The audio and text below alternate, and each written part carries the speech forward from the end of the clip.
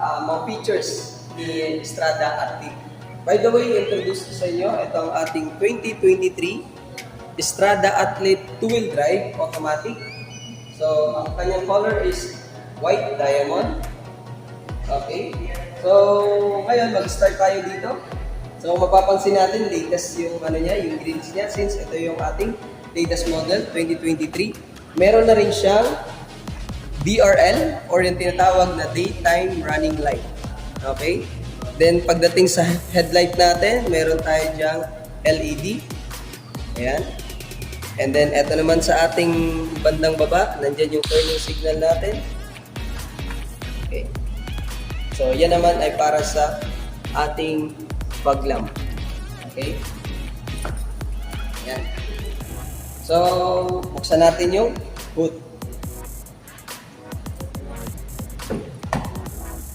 So pag-open ng hood, ito lang. Hilain lang natin.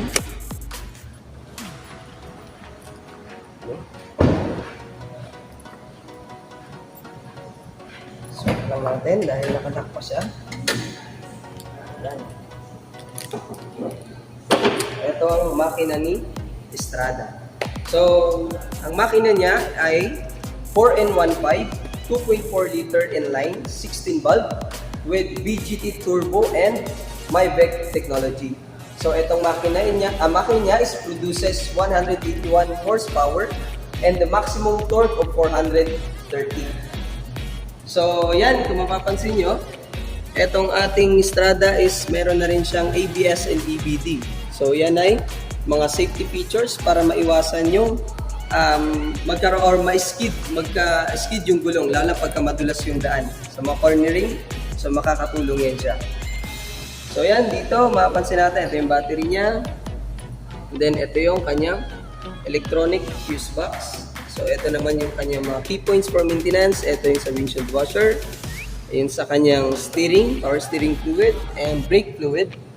Ito naman ay para sa coolant. So yan. So meron na rin siyang hood insulator para sa hood paint protection. Okay. Baba natin. So yan. Move tayo dito sa side. So yan. Ang ating turning signal is integrated na sa side mirror. Ayan. And then meron tayong 18-inch black alloy wheels.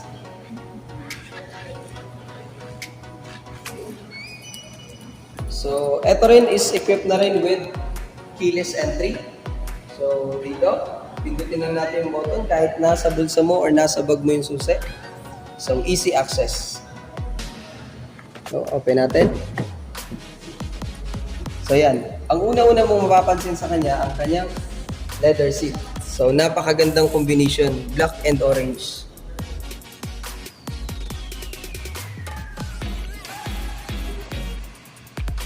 Yan. So, ang ganda ng kanyang interior.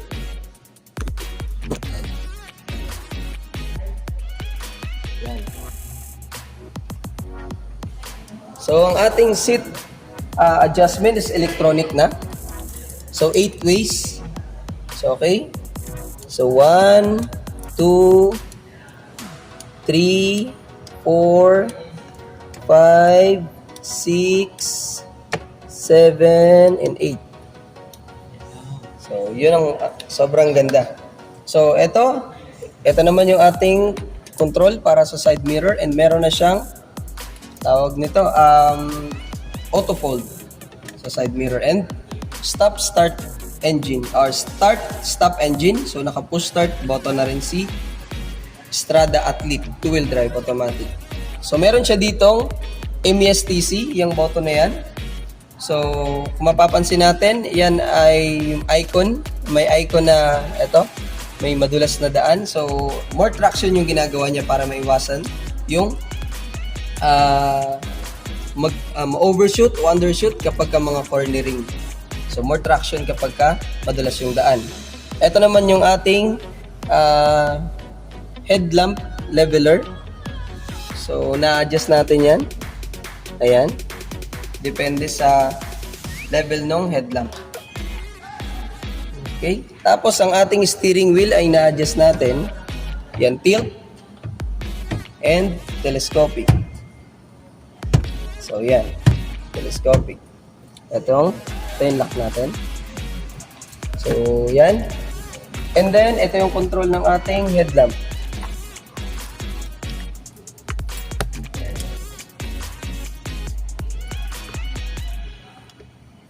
Okay? Ang steering wheel ni Strada Athlete is equipped na rin with audio control. Ayan, pwede nating makita. So ito, naka-audio control na rin yung ating steering wheel, and the same time, meron tayong cross control dyan sa right side. Yan yung audio control. So yung sa right side niya, yung cross control naman. So cross control is another features for Strada Athlete. And actually, equipped din siya sa other variant ng Strada. So magagamit natin siya kapag mga long drive. Yung cross control na yan ay pwede nating iset yung speed natin, so without pressing accelerator pedal. So yan, itong ating, since ito ay automatic transmission, sa pasok tayo. Kahit automatic transmission siya, so pwede mo rin siyang i-operate manually using this paddle shifter. So pwede ka mag-manual dito. And then, pwede ka rin mag-manual dito. Sports mode, so plus minus, dadalhin mo lang siya dito. Plus minus. So eto, P is for park natin, R is for reverse natin, N is for neutral. So pagka gagamitin natin is mag-automatic lang tayo, so dito tayo for automatic. So pagdating naman dito sa ating monitor, so naka-touchscreen monitor na rin tayo dyan with reverse camera. And ito ay meron na rin siyang easy link. So pwede nyo i-connect yung cellphone nyo dyan para kung ano yung naka-display sa cellphone nyo, makikita nyo dito sa screen. Naka-single zone auto climate. So yan, pwede nyo iset ng auto yung tawag nito, yung temperature. So kung ano yung temperature sa labas, automatic yun na magsaset dito sa loob. Pagka ito yung pinindot nyo, pwede naman siyang i-manual. Nasa sa inyo po yan. Tapos meron tayo ditong cigarette lighter. So ayan, actually pwede rin siyang gawing power outlet. So usually ginagawa ng iba, binibilihan ng car charger para may additional outlet for charging port. Okay? Meron tayong USB port dito. Ayan. Tapos dito naman, so kasama na siya, ashtray para sa mahilig nagsisigarilyo. Ayan. So then meron tayong console box. Ayan. Ang good thing yan, meron siyang power outlet sa loob. Pwede nating masilip yan dito sa loob. So yan, meron siyang power outlet. Okay? Very elegant yung interior ni Athlete. So dito sa taas, meron tayong sun visor. Ito yung ating doom light. Ayan. Then meron tayong sunglass holder. Okay? Ito naman yung para sa passenger natin. Sun visor niya. Then meron na siyang mirror dyan. Ayan.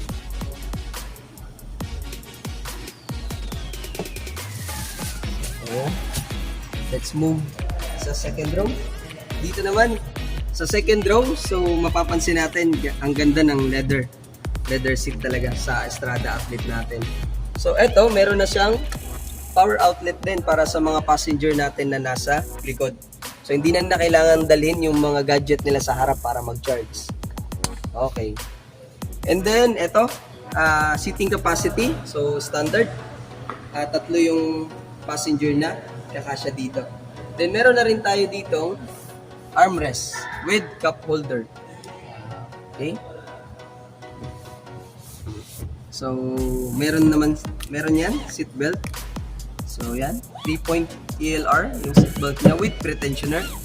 So yan, pag ito yung pretensioner kapag biglang nagkaroon ng biglaang brake, so automatic maglalak. Okay? And then dito naman yung ating sa likod.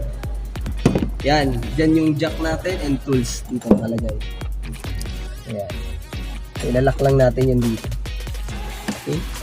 Ito naman para sa pag-release ng spare tire niya doon sa likod. Mamaya iikutan natin. Okay. So, let's move sa likod.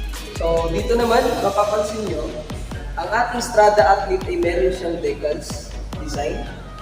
So, mapapansin nyo yan sa Strada Athlete lang na variant, yung merong ganyang decals. Okay. And then, meron tayo dito styling bar.